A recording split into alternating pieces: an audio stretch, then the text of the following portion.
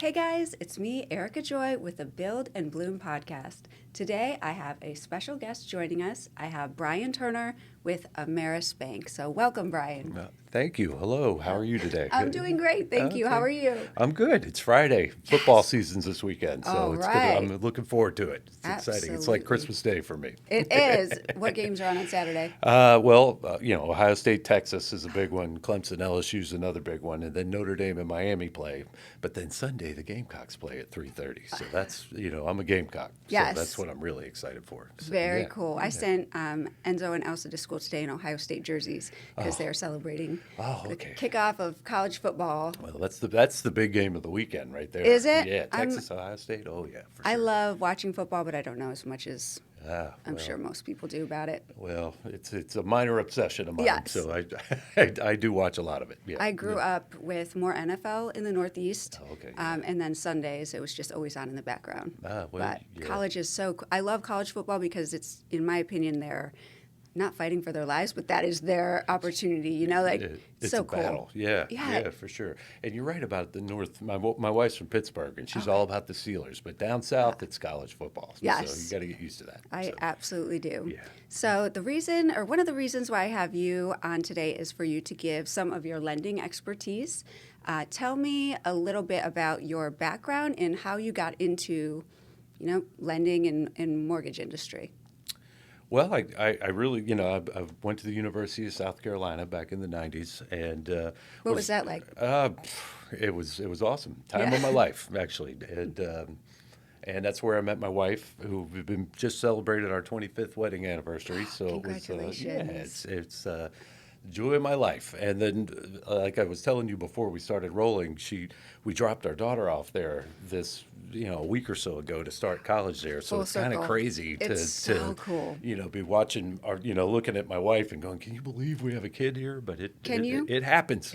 So quickly. Yeah. Yes. Yeah, but I really came right out of Carolina and into the mortgage business Oh, my goodness. in May of '99. So I guess I'm a little over a 26-year survivor Oh, my of gosh. the business. So I've, Yes. I've really kind of seen it all. I was here for the '08 crash. I was here for the pandemic. And I don't know, I'm into the thousands and thousands of mortgages I've done over the years. So, Wow. I've worked in several different capacities. Like in the beginning, I worked for just a lender, Okay. and then quickly thereafter, I was either smart enough or crazy enough to start my own mortgage company. And so me and another guy in the early 2000s started a mortgage brokerage. Oh, wow. And we did that until the '08 crash. Okay. And then that kind of did a lot of the smaller groups in back Yeah. in those days. And I started working in the banking industry for a local bank here in Charleston called Bank of South Carolina. A lot of Okay. people, a lot of locals know that one. And then in 2016, I came to work at Ameris. wow. It's been a great experience at Ameris over the years. It's probably the best place I've ever worked, honestly. That is So, incredible. yeah, I know as one of our preferred lenders with DRB, we reach out to Ameris constantly, and we've had wonderful experiences with Ameris. So glad to have met you through that, Yeah. and always been impressed with the product, and the communication is so open. Well, that's in important deals. in this world. There's so Absolutely. many details. You have to. Everybody's got to be communicating the whole way through the process, Yes. or you end up with fires at the end. And Absolutely. You don't want that. So, yeah. One of the things that oftentimes people ask me or are fearful of is the pre-approval process in new home sales. So oftentimes, people are just a little bit funny about giving all of their information, and also maybe just hesitant if they don't qualify for as much as they're hoping to, or if there's something that they maybe, I don't know, want to keep hidden or private. Yeah. How do you overcome some of that, and what do you find to be helpful when people are looking for their pre-approval or that initial kind of conversation? Well, I'd say you have to give us enough sand to make the castle. We have to get some information from you so that we can give you accurate information back, Right. and so a lot of times I will have people that are scared, or they assume like, man, my credit's not good enough, or stuff like that. And you, having, now that I know you've been doing this as long as you have, I'm sure you've seen all kinds of things, and it doesn't matter. I mean, it's not from a judgmental standpoint. It's just, this is what it is. This is what the paper says, You really beat me to it. That's Yeah. what I kind of tell people. Look, I look at people's credit, tax returns, asset statements all day long. Mm-hmm. We're not like seeing it and talking to each other about it or anything like Right. that. It's just like, all right, what do we have? Figure it out and move on. Mm-hmm. And so what I kind of explain to people, like, look, if your credit's bad, listen, I've seen it all. Yeah. I've seen the 400 credit score with, 3 repos and 20 collections, and it doesn't really, it doesn't affect me at all. Right. And what I would say is if you have some things to work on with your credit, once I get your application, I've got your credit report, we have a credit simulator. I can upload your credit into and it'll tell you things like, jump on your left foot, scratch your right ear, and your scores will go to this. And it works. Yeah. And so if you're not where you need to be, I can help you get a roadmap To where to you where want you to be. can buy a house. Mm-hmm. And homeownership, I think, is one of the most important things for building wealth I in this completely country. agree. I mean, I think I heard once the average net worth of a renter is about $5,000. The average net worth of a homeowner is $175,000. Wow. And I mean, so you That's really cool. need to get there if at some point in your life if you can. And another thing a lot of people don't think about when they're renting is, every time that lease is expiring, that landlord's looking to raise the rent. Yes. So over the years, your payment keeps going up and up and up.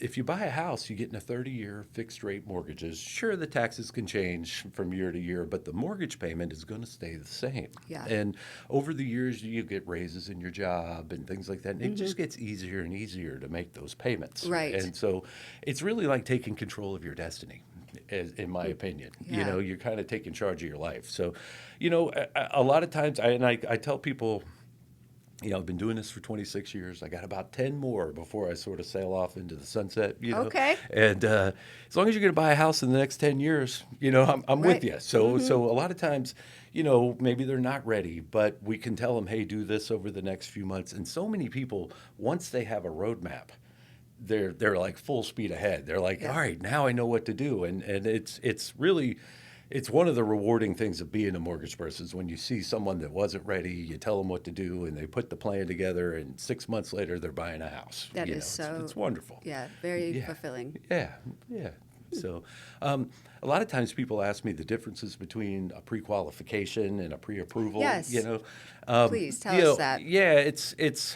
I've heard a lot of definitions, so it may be different from person to person. But here is what we officially say at Ameris.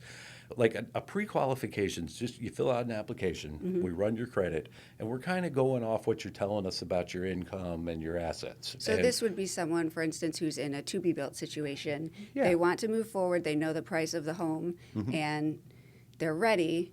They apply with you. You look at what they tell you. yeah. Go on. So this Yeah. is kind of the initial. Yeah, and that's pre-qualified. Okay. Right, and so, it comes with years of experience. You learn at that initial application. Do I need to check further into these people? Like, if someone comes to me and their salary's $150,000 a year and that's it, and they got an 800 credit score and Wow. they easily qualify for the loan they're trying, then we may just kind of stop it there and see. And then when they get the house under contract, we'll take them into underwriting and everything. Okay. Now, if you have somebody close to the line or they have a lot of overtime income and bonus income and stuff, I probably will, before we start pre-qualifying people, get their tax returns, their W-2s, their pay stubs and stuff, and just make sure that we have everything nailed down the way it is, if the ratios are tight and things like that.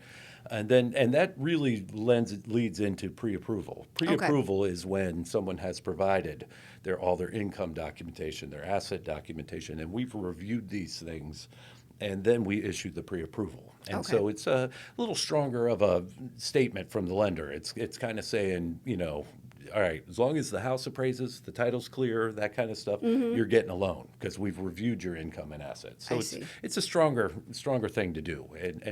And if you're close, I recommend you do it because you don't want to get knee deep into a purchase. Yes. And then find out from the underwriters you have a problem. Absolutely. Yeah. So, So something that we're currently offering at DRB is a flex incentive. Now, when I first started in new home sales, most often when people had an incentive, they would subtract it from the cost of the home. So Okay. let's say it was a $15,000 incentive. Most likely, they would subtract that from the final cost and keep moving. Generally, there was some sort of closing cost, something also added there. But these days, I've noticed that a lot of the incentives are tied to closing costs and or a rate buy down. So tell me a little bit about how and why that has kind of changed over the time and why it's actually oftentimes better to get the rate buy down than the general subtraction. Yeah, that's in a one-word answer, it's interest rates. You know, as over the last few years, it's no secret to anybody that interest rates have gone up drastically from where Yes. they were a few years ago. And so, you know, I've had lots of people over the years, they ask me, you know, what's the interest rate? What's the sales price? But I can tell you what they really want to know is what's that monthly payment going to Yes, be. They want to know absolutely. how much of a nut they're going to have to crack every month, kind of thing. And can they afford it? Are they comfortable with it? Yeah, That number, yeah. you know, going from 3% to 6.5%, 7% on like a $400,000 loan is significant. It's $1,000 a month higher payment than it would have been years ago. significant. And so, what the builders mostly are doing is they're trying to help people afford the house still, and so they're coming up with these larger amounts of money that they're willing to pay, and so you know, like you said, 15,000, and you know, DRB even has some neighborhoods where it's 25, 30,000 that they're doing this kind of Absolutely. stuff, and it's to combat the rate, and so to kind of make it easy to understand, if you were to take like say 15,000 off the price of the house, and so in essence, what you're doing is lowering your loan amount $15,000, right? Conversely, we could use that 15,000 to pay discount points, Okay. and so discount points are when you pay a fee to the bank on the front end, and in return, you get a lower interest rate, which corresponds to a lower monthly payment, right?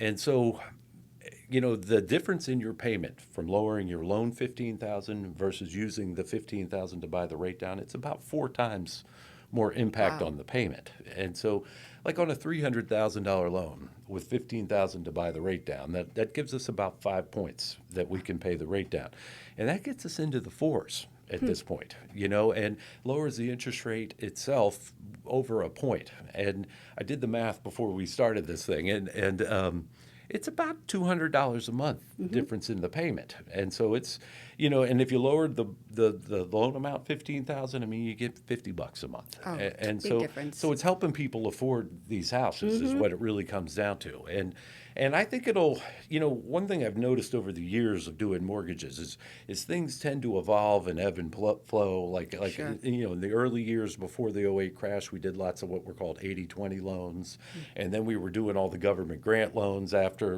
the '08 crash, and Yes. it's like there's always some kind of way that the lending industry tries to evolve with what's going on with you know, the market overall to help people afford houses, and this has been the hot thing the last few years, is to, you know, and I see a lot of sellers are starting to catch on, not just the builders, and they're Okay. starting to add these $15,000 incentives too, because it you know, it helps people afford the house, and that's, They have to you know, and compete. if they can get in there and they can afford the house. A nice thing too is, you know, at some point we will get some rate relief. Now, you When know, do you think that's coming, that- Brian? that's that. Let me get out my crystal ball and, Yes. and look it over. But, you know, I do think at some point, you know, the Fed is kind of in control of these things. Although it's really it's the trading activity, the bond market, but the bond market responds to the Fed, and so it does have an indirect impact. And you know, the Fed's got two mandates. You know, they try to keep unemployment low and they try to keep inflation low. And I think inflation's starting to get in line. Unemployment is ticking up a little bit, so I think you're starting to get the situation where rates could start to come down. So hopefully over the next 6 to 9 months, we're going to get some rate relief. But here's the thing: remember when we were talking about, people ask the interest rate, they ask the sales Yes. price, but they really want to know the payment. Well, if the rates drop, they're going to be able to afford more house. And I've seen this happen time and time again. You drop interest rates, it may take a few months, but housing values start to go up. Right. And so a lot of people want to say, hey, well, I'll just wait until rates drop, and then I'll buy my house. But the thing is, you're going to be paying $20,000-$30,000 more for that house Right. if you wait. So we kind of tell people, like, the thing to do is get it now. Yes. And take That advantage really of is DRB. so true. Yeah, Yes. yeah. Take advantage of DRB's money and get the rate as low as you can. And then down the road, when rates drop, you've already got your house. Right. And then you refinance at Yes. that point. And yes, it does. It costs a few $1,000s to refinance. Now we can roll it into the loan, so you're not scratching us a check for it, so to speak. But there is some cost involved. Right. However, if property values jump 10, 15%, and now your house is worth $20,000-$30,000 more, it certainly justifies the $3,000 for the refinance. So Absolutely. it's kind of like That's a win. Yeah, you buy the house now and then take advantage of the rates later is what I typically expect people to do, or would recommend people. Yeah. What about, one last question for you, what about any special programs or new things that you're excited about, either in Ameris or you yourself? What's next on the horizon for Well, you? it's a great question. I'm glad you Thanks. asked, because Yes. we have, again, the mortgage industry tends to evolve with what's going on, and we have a whole new series of products coming out. Like we have an FHA loan that allows you to get to 100% financing now, and actually roll in 1.5% of the sales price into to finance some of the closing costs. So if you got somebody who wants to buy, but they're maybe a little short on funds, we have a way to not only get them to 100%, but also help them get the interest rate down or a little bit with a discount, and you can just roll it into the loan. I think So that's too, nice. just having that trusting relationship and people just being honest and just asking for what they want. I think that's, we can't always give it to them, but we can see how close we can get. Sometimes we can give it to them. Yeah. And I love that you guys have all of these ways and things that you can, try to do in order to get the home closed or get the customer, the purchaser, happy with that final payment. So I love that. Yeah. And I don't know if I was just foolish, but I didn't realize when I first got into the industry that FHA loans, even though they're first-time homebuyer loans, you can do it more than once. Oh, yeah. I thought you could just do it the first time you No. bought a home. So there's just, if you don't ask, you're never going to know. So I think nobody should feel foolish in this process, even if you've done it before a few times, because there's always either new programs or new things to learn. So anyway, continue, please. I love that. I've probably done 2,000 people's first morttage over the years. And I my tell them, gosh. listen, I've heard every silly, stupid question there is. Yes, so just don't feel ask it. bad. I'll wait until we're off the phone to laugh at you. That's the Yes. kind of professional. No, but joking aside, Yeah. I've heard it all. And I do understand it's a huge purchase. And Yeah. it's the biggest payment you're going to be making. And please ask me lots and lots of questions. And usually with your first-time home buyers, I'll even send them the quotes and then circle back around and just go through the quote with them and show them where all the moving parts are and like what to expect as we move through the process. And usually by then it's just people don't know. Right. And they just need somebody to kind of go, hey, look out for this and watch this, and your homeowner's insurance, keep an eye out, those kind of things. Another product that I think we're coming out that I think you guys are going to love is, you run into a lot of times people have another house to sell, and you don't want to take that home sale contingency, and so we've come up with a product. We're going to be rolling it out in the next couple weeks. Now you got to have good credit, and in this case, you got to have some money to put down. But if you want to keep that house until after closing, and a lot of times people want to do that for a variety of reasons. Sometimes they just don't want to sell the house, move into a temporary place, Move put their twice. stuff in storage, Right. and then move into this next house. So we have a many moving program- parts. Yeah, if you have good credit and you have some money to put down, we will not count. And then a lot of times they don't qualify, I guess, for both without. mortgages. Yeah, we won't count the house that they own now in the qualifying. Really? And so we can remove the home sale contingencies, and then they can stay in the house until after they close on the new house, move just one time from house to house, Wow. and then they can sell the house that they were living in afterwards, or rent it, or whatever they want to do with it. That is awesome. Yeah, and this is brand new. Okay. In 26 years of doing this, I've never had this product before. Yeah. But this is the mortgage industry kind of Evolving. evolving with current market situations. I because- love that. Yeah, yeah. Especially so in Nexton, we do have a lot of home to sell contingencies or home to close contingencies if they're approved. And the problem is with new construction, the timeline is not exact. And it's Yeah. very, it's not exact, and there are things that can be, delayed, and then there's all kinds of things, and it's very difficult for people to put their lives on hold. And if they don't have family in town, they may have nowhere to live in between. So that's huge. Yeah, they end up in short-term rentals and things like that. Yeah. And it's just, if you have pets and stuff, that can add like a whole nother absolutely. layer to the whole thing. So this sort of eliminates that. And, additionally, we have another product coming out here that it's not so much the move part, but sometimes people are afraid to have both payments at the same time. Sure. And so we have one now that we can defer the payments on the new house for 6 months. Oh my And we're gosh. using like you guys flex money, and it's really not as much as you'd think. We still have money left over to buy the rate down and all that good stuff. But you can move into the new house. You don't have to make payments till the spring.